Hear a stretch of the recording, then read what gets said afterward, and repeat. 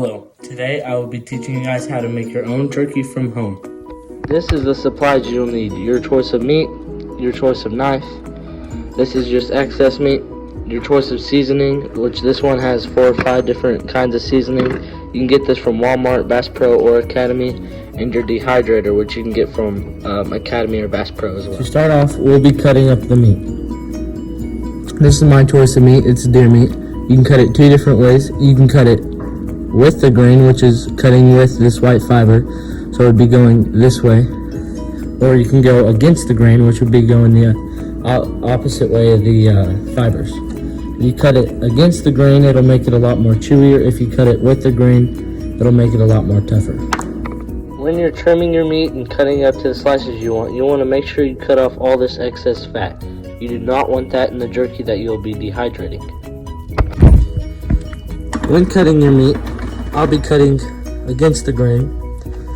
You want to cut it about a quarter inch thick. Just like that. And you'll just keep on doing that for the whole slab of meat you have.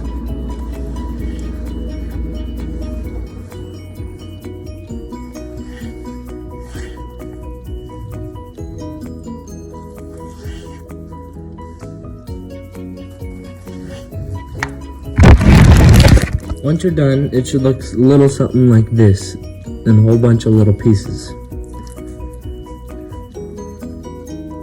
For my seasoning, I have barbecue sauce, cracked pepper and garlic, black pepper, garlic powder, I ain't gonna butcher that, and then soy sauce and brown sugar. You can put as much as you want in the bag. I prefer more soy sauce and that kind of sauce. I'll put a lot more of that than barbecue in here.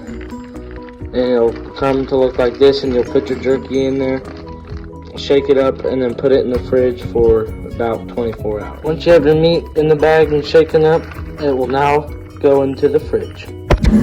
Finally, get your jerky that you've been marinating for about a few hours out of the fridge and put it in the dehydrated trays.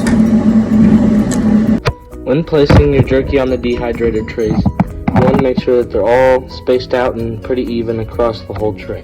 Then get a napkin and start patting down your jerky to get some of that marinade off so it will cook a little faster.